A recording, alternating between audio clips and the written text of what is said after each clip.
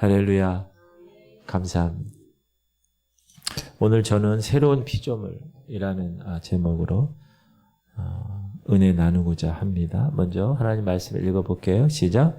그런즉 누구든지 그리스도 안에 있으면 새로운 피조물이라. 이전 것은 지나갔으니 보라 새 것이 되었도다.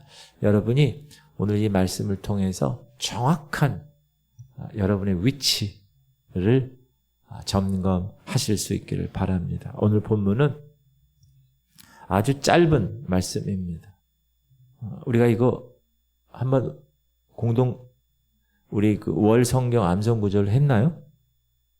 제 생각에 한 것 같은데, 이 짤막한 말씀은 그리스도인들에게 있어서, 그러니까 저와 여러분에게 있어서 우리의 신분이 무엇이고 어떤 것인가, 나의 신분이, 나의 위치가 무엇이고 어떤 것인가에 대해서 정확하게 알려주는 놀라운 선언입니다.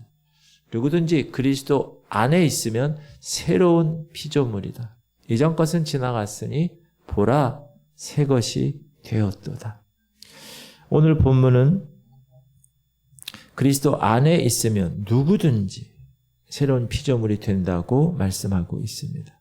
요 구절을 우리가 그냥 우리들이 예수 믿으니까 세상 사람들과 그냥 구별된 거 아니야? 요 정도로만 흘려 넘기기가 쉽습니다. 그러나 이 말씀을 우리가 제대로 깨달으면 우리가 가지고 있는 구원에 대한 확신, 또 이 땅에서의 승리적인 신앙 생활을 이룬 데 있어서 참으로 중요한 말씀이라는 사실을 알아야 합니다. 자, 먼저 그러면 새로운 피조물, new creature. 이 새로운 피조물이라는 것은 무엇인가?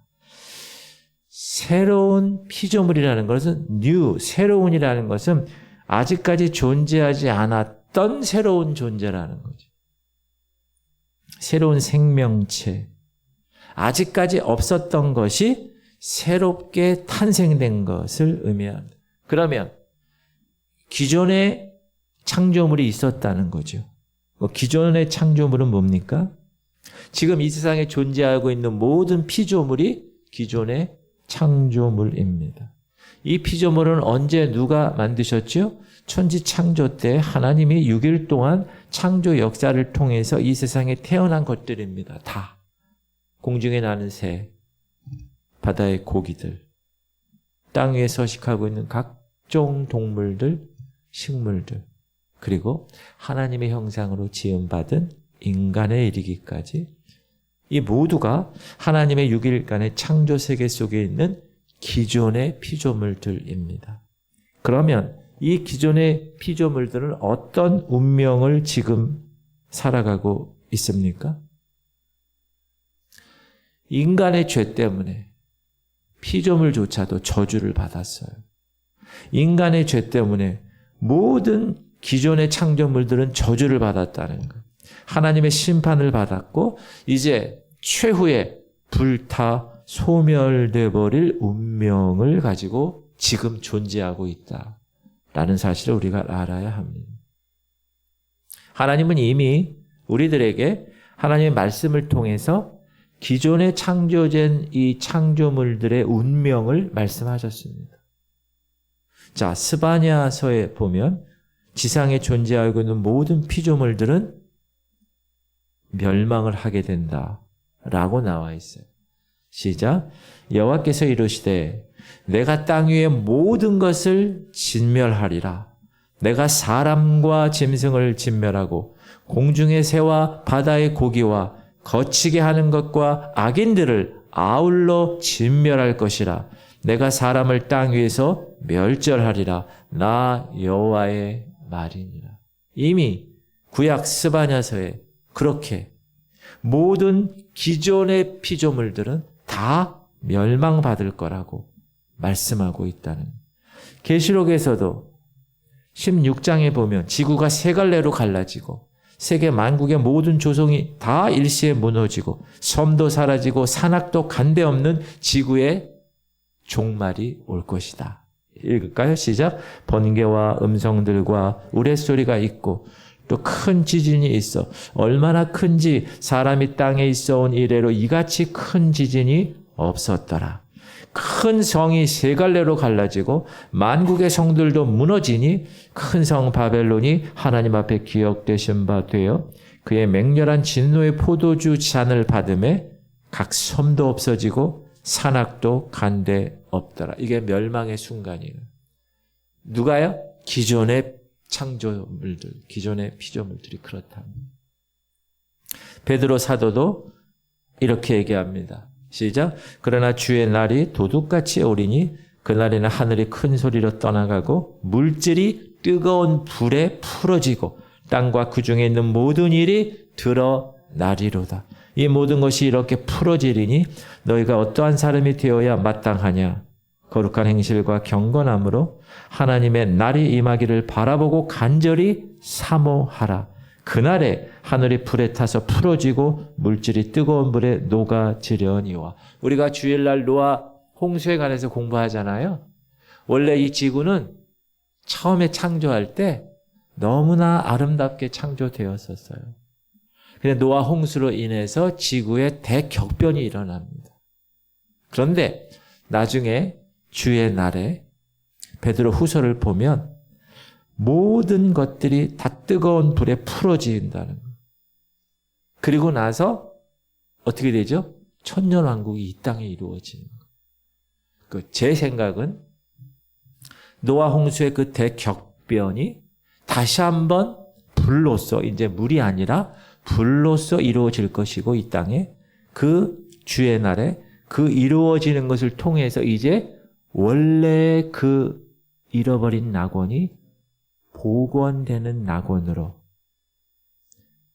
천년왕국이 일어날 것이라고 생각이 듭니다. 한 번의 대격변이 일어날 거예요. 처음에는 물로 대격변이 일어났어요. 막 지역이 오르고 밑으로 내려가고 막 비가 오고 막 그랬는데 지금은 불로 다 그렇게 될 것이다. 그리고 나서 하나님이 에덴 동산처럼 똑같아. 사자들이 어린 양과 뛰놀며. 그렇죠? 그런 날이 언제 있는 거예요? 이 땅에 천년왕국 때 있는 거예요. 그래서 하나님이 다시 그 잃어버린 에덴 동산의 낙원을 다시 복원시키기 위해서 다시 한번 흔드는 작업이 있을 것이다. 지금 베드로 후서가 그렇게 얘기하고 있잖아요. 이처럼 처음 것들, 기존에 창조된 피조물들은 완전히 소멸될 날이 있다. 그날을 심판의 날, 주의 날이라고 하는데 그 날은 반드시 온다. 성경은 계속해서 이야기하고 있어요.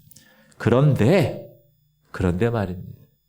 오늘 본문의 이 새로운 피조물이라는 것은 바로 이런 심판받을 창조 세계에 속하지 아니한 존재를 가리키는 것입니다. 왜냐하면 새로운 피조물만이 그리스도와 함께 하나님의 나라를 유업으로 받는다고 성경이 기록하고 있기 때문에 그렇습니다. 새로운 피조물만이 그리스도 다시 오실 때 이 땅 위에 장차 임할 하나님 나라, 왕국, Kingdom of God, 그리스도와 함께 그의 나라에 들어갈 수 있는 축복의 주인공으로서 주께서 부르셨기 때문에. 그래서 우리는 그런 소망을 가지고 살아가는 거예요.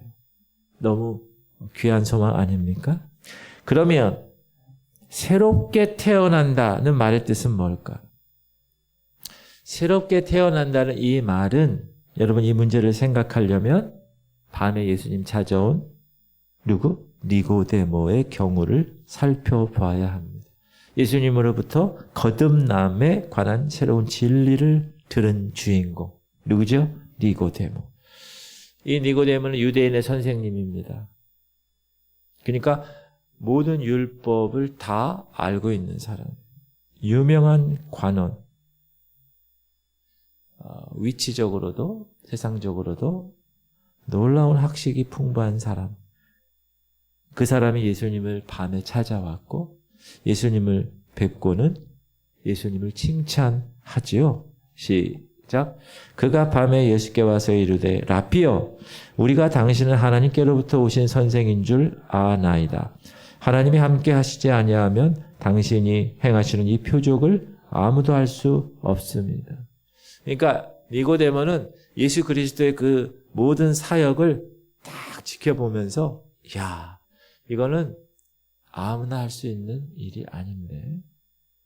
그러면서 예수님을 그렇게 칭찬하는 거예요. 그러니까 예수님은 니고데모 이런 칭찬을 들으시고 나서 그에게 이런 말씀을 하시죠. 시작. 예수께서 대답하여 이르시되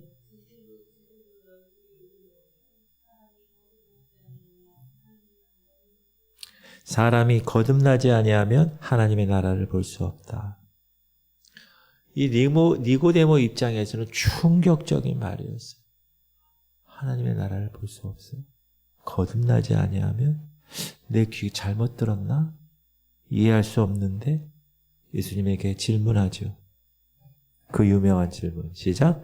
니고데모가 이르되 사람이 늙으면 어떻게 날 수 있사옵나이까? 두 번째 모태에 들어갔다가 날 수 있사옵나이까? 이때 예수님은 이렇게 말씀하십니다. 시작. 예수께서 대답하시되 진실로 진실로 네게 이르노니 사람이 물과 성령으로 나지 아니하면 하나님의 나라에 들어갈 수 없느니라. 이 거듭남은 성령으로 새롭게 태어나는 것을 말하는 것이잖아요. 그리고 영적으로 새롭게 태어나는 것. 이 영적인 생명을 가지고 새롭게 태어난 사람을 오늘 본문은 새로운 피조물이라고 말씀해 주는 것입니다. 그러므로 새롭게 태어난다는 말은 육신적인 방법으로 새롭게 태어나는 것이 아닙니다. 시작. 육으로 난 것은 육이요 영으로 난 것은 영입니다. 불교에서도 또 힌두교에서도 이런 윤회설을 주장하는 사람들이 많이 있는데 만약 사람이 죽어서 1000번, 10,000번 다른 존재로 태어난다 해도 그런 일은 육으로 난 것은 육이기 때문에 성경에서 말하는 거듭나는 일과는 아무런 상관이 없는 것입니다. 우리가 외웠던 말씀. 시작. 영접하는 자 곧 그 이름을 믿는 자들에게는 하나님의 자녀가 되는 권세를 주셨으니 이는 혈통으로나 육적으로나 사람의 뜻으로 나지 아니하고 오직 하나님께로부터 난 자들이니라. 예수 그리스도의 이름을 믿음으로 영접하는 자 곧 그 이름을 믿는 자들. 예수 그리스도의 이름을 믿음으로 영적으로 태어난 사람이 거듭난 사람이고 이 사람들을 가리켜 뭐라고요? 새로운 피조물이라고 말씀해 주고 있습니다. 그러면 새롭게 태어나는 방법. 왜 우리가 예수 그리스도를 믿으면 새롭게 태어난다고 이야기하고 또 새로운 피조물이라고 불려지는가라는 것입니다. 우리는 모두 아담으로부터 물려받은 생명을 가지고 이 세상에 태어납니다. 이 생명은 물론 어떤 생명이죠? 죄값으로 죽게 되는 생명입니다. 그래서 이 생명을 가지고 태어난 모든 사람들을 뭐라고 불러요? 죄인이라고 부릅니다. 그리고 이들은 반드시 그 죄값을 치러야 하는데 그 죄값을 치르는 게 뭐죠? 하나님의 최종인 심판입니다. 그런데 우리가 새롭게 태어나서 새로운 피조물이 되기 위해서는 어떻게 해야 되느냐 하면 우리의 옛사람이 죽어야 하는 것입니다. 이것이 해결되지 않으면 새로운 피조물이 될 수 없습니다. 우리는 죄값으로 우리가 죽어야 한다는 기독교의 기본 진리를 알고 있고 우리가 죄값에 대한 완전한 처리, 그 죄의 처리를 죽음으로 해결하지 아니하면 절대로 새로운 피조물로 존재할 수 없고 구원의 진리로도 설 땅이 없는 것입니다. 근데 놀라운 것은 이런 우리의 죽음의 문제를 처리하시기 위해서 이 땅에 오신 분이 하나님의 아들 예수 그리스도라는 것입니다. 그분은 죄가 없으신 분입니다. 그는 죄값으로 오는 죽음을 치르실 필요가 사실 없는 분이십니다. 그래서 그가 죽으신 일은 누구를 위한 거예요? 저와 여러분을 위한 죄로 인한 것이라고 성경은 계속 이야기하고 있습니다. 시작. 사랑은 여기 있으니 우리가 하나님을 사랑한 것이 아니요 하나님이 우리를 사랑하사 우리 죄를 속하기 위하여 화목제물로 예수 그리스도 그 아들을 보내셨음이라. 여기서 우리는 예수 그리스도의 대속의 죽으심에 대한 깊은 묵상이 있어야 합니다. 자, 예수 그리스도의 죽으심 안에, 잘 들으세요. 다시. 예수 그리스도의 죽으심 안에 이미 나의 죽음은 포함되어 있다는 사실. 한 번 더. 예수 그리스도의 죽으심 안에 이미 내 죽음은 포함되어 있다는 사실을 꼭 알아야 합니다. 이건 교리적인 문제로 여기면 되지 않아요. 나는 지금 이처럼 멀쩡히 살아있고 내 생애는 이전이나 지금이나 전혀 다름이 없는데 왜 내 옛사람이 죽었다고 말씀해 주시는가에 대한 성경적인 이해가 정확하게 있어야 합니다. 다시 예수 그리스도의 죽으심 안에 이미 내 죽음은 포함되어 있다. 자, 우리가 분명히 알고 믿어야 할 것은 예수 그리스도 영접하기 이전에 나는 예수 그리스도를 믿은 후에는 그리스도 안에서 죽었다라는 사실. 다시 따라합시다. 예수를 영접하기 이전에 나는 예수를 믿은 후에는 그리스도 안에서 죽었다. 이거는 하나님이 그렇게 말씀하셨기 때문에 진리입니다. 하나님의 새로운 생명은 죽음을 그대로 가지고 그 죄 가운데서 살아가는 인생들에게는 줄 수 없는 생명입니다. 하나님께서는 그런 우리를 옛사람을 그리스도 안에서 죽음으로 완전히 처리하셨다는 거예요. 2000년 전에 이미 여러분의 옛사람을 그리고 새로운 피조물로 탄생시켰다는 거예요. 그래서 만약 우리의 옛사람이 죽지 아니했다면 확실히 죽지 아니했다면 우리는 하나님으로부터 이 새로운 생명을 받을 수도 없고 거듭날 수도 없는 것입니다. 자, 우리의 옛사람이 죽었다고 말씀하고 있는 것은 분명히 우리가 우리의 죄값으로 죽었기 때문이다라는 말이에요. 여러분, 예수께서 십자가에 죽으시는 것을 믿으십니까? 그리고 여러분이 그 예수를 영접하셨습니까? 그렇다면 여러분도 그리스도 안에서 과거의 옛사람이 분명히 죽었다는 사실을 꼭 확신하셔야 됩니다. 왜냐하면 그분이 나를 대신해서 죽으셨기 때문에 만약에 내가 죽지 않고 살았다면 그분이 죽으심이 헛되게 되는 거니까. 그러니까 나도 죽어야 돼요. 예수님이 피 흘리심으로 우리는 그 죄의 문제를 받은 사람입니다. 그분의 죽으심으로 우리의 옛사람은 동시에 죽었습니다. 질문 드립니다. 혹시 여러분에게 옛사람이 아직 살아있습니까? 많이 죽기는 했지만 아직도 얼마가 남아있다고 여기십니까? 그건 죽은 게 아니에요. 아직 죽어야 할 옛사람이 내 삶 가운데 얼마 있는 것 같다고 생각하는 분이 계시나요? 그러면 안 돼요. 예수 믿으면서. 우리의 지난날 반드시 기억하세요. 아담으로부터 이어받은 옛사람은 죽어서 장사되어서 완전히 처리가 됐기 때문에 하나님 앞에서 완전히 죽음으로. 그러므로 이제 여러분들은 다시 처리받지 않으면 안 될 그 옛사람은 여러분에게 조금도 없는 것입니다. 이걸 꼭 기억하시고. 여러분에게 있어서는 옛사람은 죽었어요, 이제. 그러면 질문을 해야 돼요. 목사님, 그런데도 불구하고 왜 옛사람의 행실을 버리지 못하고 옛사람의 모습대로 살아가는 일이 왜 내 삶 가운데 일어납니까? 이것에 대해서 정확하게 알아야 돼요. 자, 이거는 내 옛사람이 아직 살아남아 있어서 그런 게 아니라는 거예요. 새 사람으로 태어났으면서도 옛사람의 버릇을 아직 버리지 못하고 그 행실을 쫓아 살아가기 때문이라는 거예요. 이걸 꼭 기억하세요. 여러분의 옛사람은 죽었어요. 새로운 피조물이 되었습니다. 그런데도 자꾸 어떻게 살아요? 옛사람대로 살잖아요. 그 왜 그렇다고요? 옛사람이 안 죽어서 그런 게 아니라 새로운 피조물이 되었지만 내가 옛사람의 버릇이 아직도, 옛사람의 습관이 아직도 남아서 그걸 쫓아가고 있다는 거예요. 그걸 어떻게 해야 돼요? 끊어내야 되는. 그게 뭐예요? 그게 성화의 과정이에요. 그게 하루아침에 끊어지지 않아요. 내 힘으로 되지도 않아요. 그러니까 항상 말씀과 성령 충만함으로 성령께서 끊어주시옵소서. 이렇게 말씀에 노출되어서 계속 성화의 과정, 거룩의 과정을 내가 해나가야 되는 거예요. 사랑하는 성도님들 반드시 기억하십시오. 여러분의 옛사람은 이미 죽어서 장사 지내서 완전히 소멸됐어요. 다시 살 수도 없어요. 옛사람은. 살아날 수도 없어요. 그러므로 예수 그리스도로 새 사람이 된 그리스도인들은 옛사람의 행실을 따라가는 것이 아니라 새로운 사람으로 태어났으니 새로운 생명 가운데서 새로운 피조물의 방법으로 살아가야 되는 것입니다.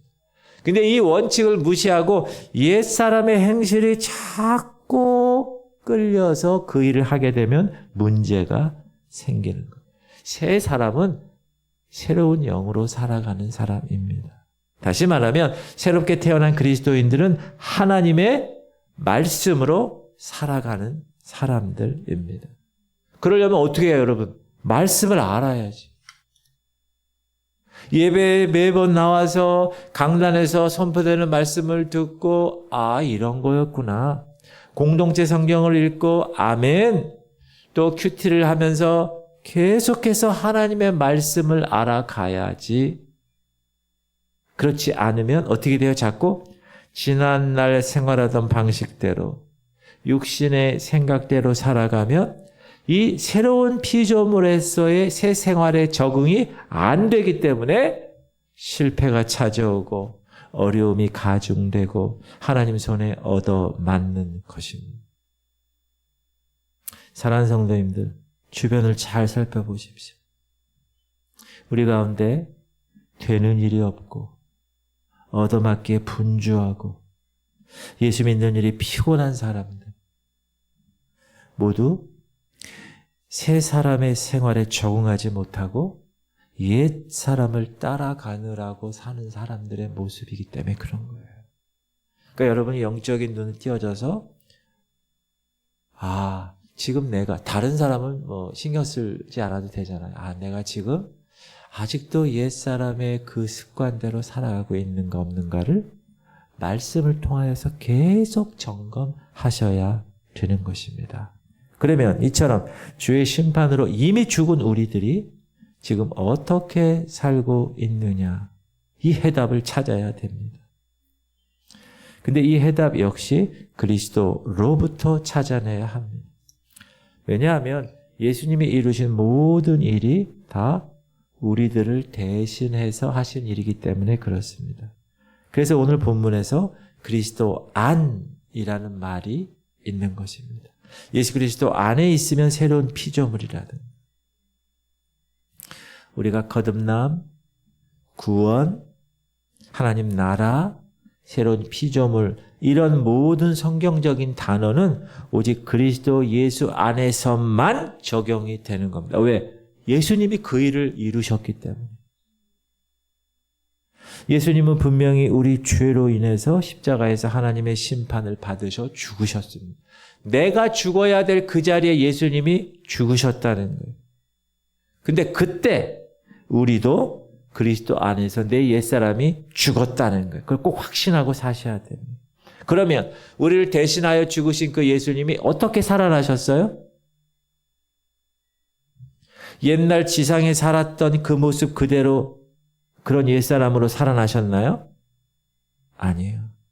예수님은 부활하셨는데 그 부활은 다시는 죽을 수 없는 부활의 몸으로 살아나신 것입니다.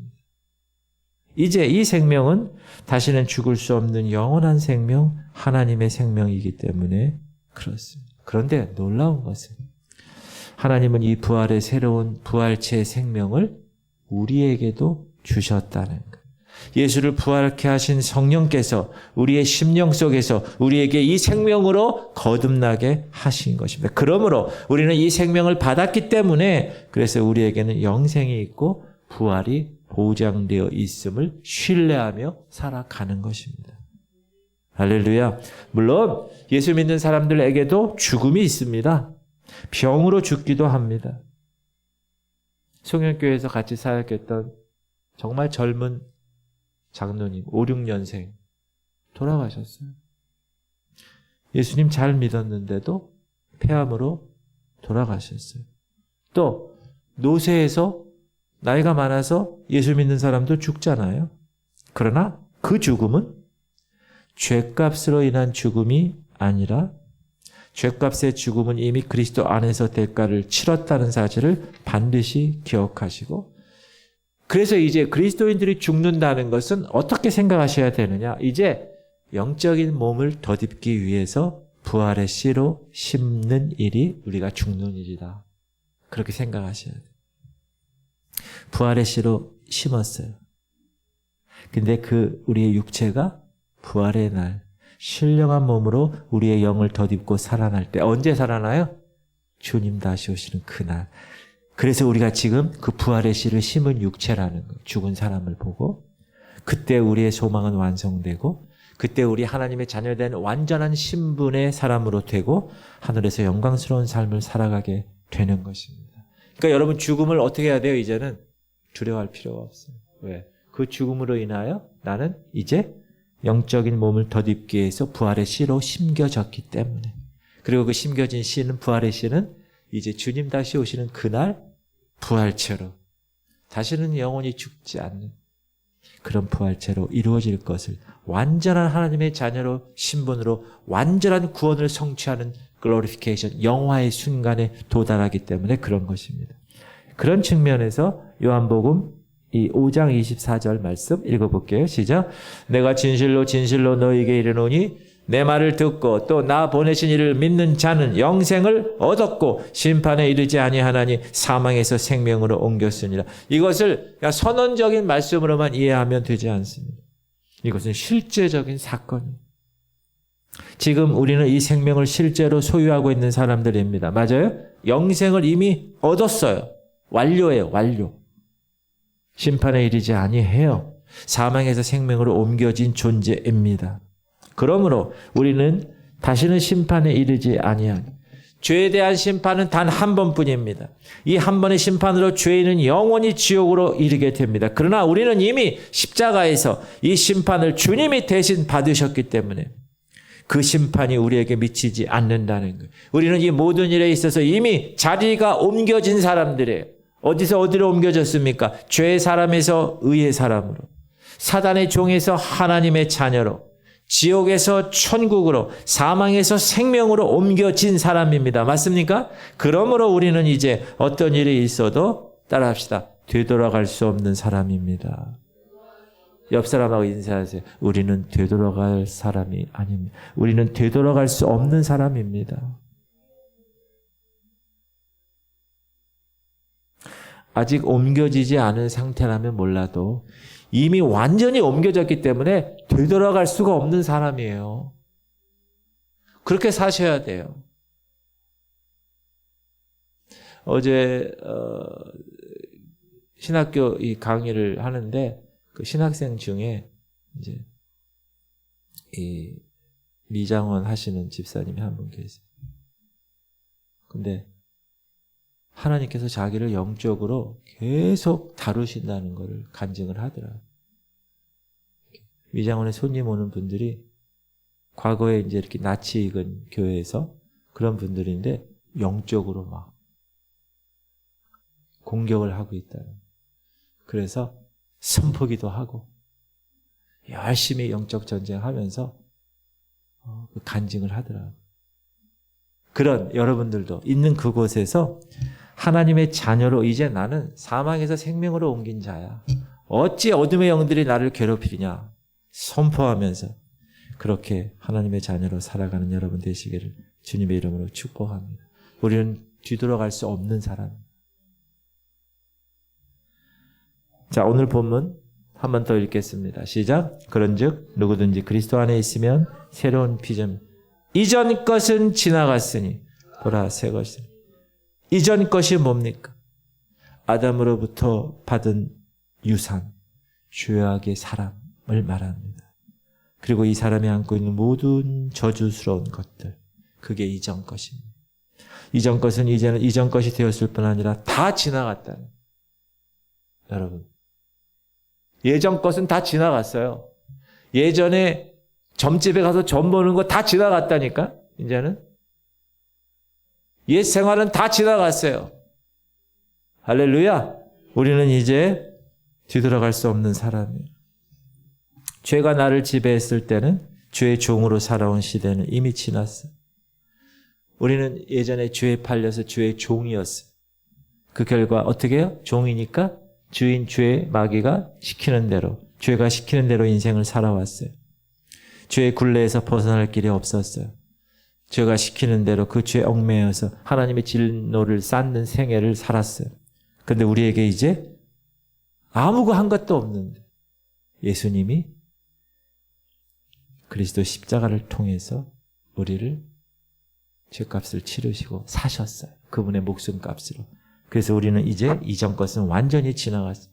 이 모든 것이 소멸되고 새롭게 된 새 사람이 되었습니다. 새 피조물이 되었습니다. 자, 그렇다면 그리스도 안에서 새로운 피조물이 되었다면 우리의 생활에 그에 대한 변화가 있어야 하는 것입니다. 우리가 죄악 가운데 살아간 옛사람은 이미 죽었다고 그랬어요. 그럼에도 불구하고 우리 행실이 옛사람 그대로 살아간다고 그랬어요. 왜 그랬다고요? 옛사람이 살아있어서 그런 게 아니라 옛사람은 죽었는데 새 사람의 행실을 스스로 버리고 옛사람의 행실대로 살아가기 때문이라고 그랬어요. 그러므로 우리는 옛사람에 대해서 이미 죽은 사람이므로 옛사람의 행실을 벗어버리고 새 사람으로 옷 입는 새로운 생애로 들어가야 합니다. 이것도 우리 외웠어요. 시작. 그러므로 형제들아 내가 하나님의 모든 자비하심으로 너희를 권하노니 너희 몸을 하나님이 기뻐하시는 거룩한 산 제물로 드리라. 이는 너희가 드릴 영적 예배니라. 2절 중요하죠. 너희는 이 세대를 본받지 말고 오직 마음을 새롭게 함으로 변화를 받아 하나님의 선하시고 기뻐하시고 온전하신 뜻이 무엇인지 분별하도록 하라. 따라합시다. 분별하도록 하라. 무슨 말이에요? 분별해서 그 하나님의 뜻대로 살아가야 된다. 이것이 우리 거룩의 성화의 길을 걷는 우리에게 반드시 해야 될 일이다. 하나님께서 우리를 창조하실 때 하나님의 형상대로 창조하신 것은 하나님을 영화롭게 하려고 창조한 것입니다.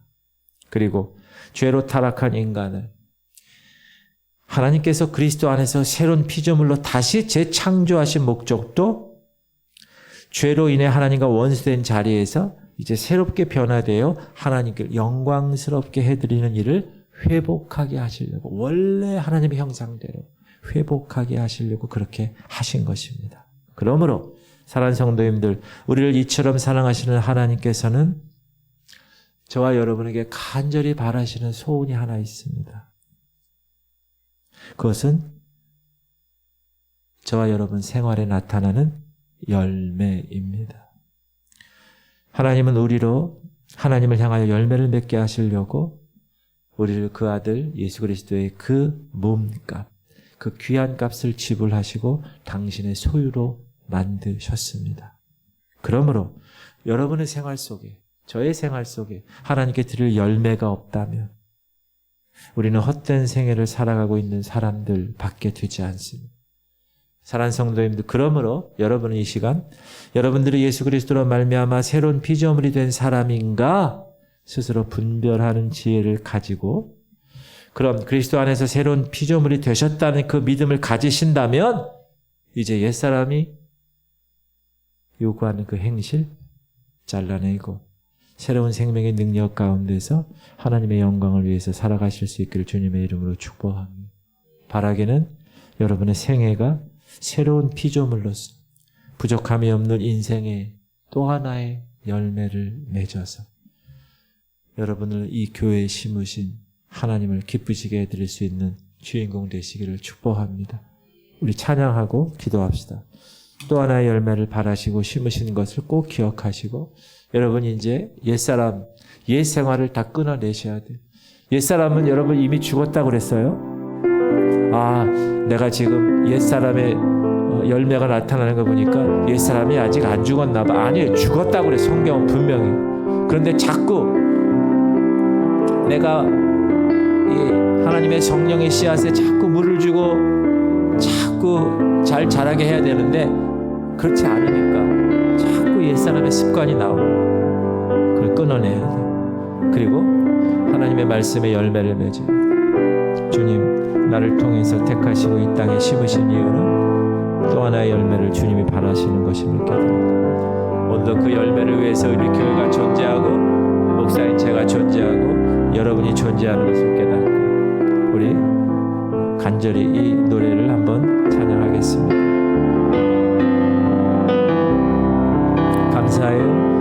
감사해요 깨닫지 못했었는데 내가 얼마나 소중한 존재라는 걸 태초부터 지금까지 하나님의 사랑은 항상 날 향하고 있어 고마워요 그 사랑을 가르쳐준 당신께 주께서 허락하신 당신께 그리스도의 사랑으로도 섬기며 이제 나도 세상에 전하리라. 아멘. 당신은 사랑받기 위해 그리고 그 사랑 전하기 위해 주께서 택하시고 이 땅에 심으셨네. 또 하나의 열매를 감사해요 감사해요 깨닫지 못했었는데 내가 얼마나 소중한 존재라는 걸 태초부터 지금까지 하나님의 사랑은 항상 날 향하고 있었다는 걸 고마워요 그 사랑을 가르쳐준 당신께 주께서 허락하신 당신께 그리스도의 사랑으로 더욱 섬기며 이제 나도 세상에 전하 당신은 사랑받기 위해 당신은 사랑받기 위해 그리고 그 사랑 전하기 위해 주께서 택하시고 이 땅에 심으셨네. 또 하나의 당신은 사랑받기 당신은 사랑받기 위해 그리고 그 사랑 전하기 위해 주께서 택하시고 이 땅에 심으셨네. 또 하나의 열매를 바라시고 또 하나의 열매를 바라 또 하나의 열매를 또 하나의 열매를 바라시며 우리 기도 제목 주세요. 주님, 우리 성도들이 내가 진정으로 새로운 피조물인가 점검하게 하여 주시고 하나님 우리 성도들이 새로운 피조물로서 그렇다면 삶의 열매가 있는가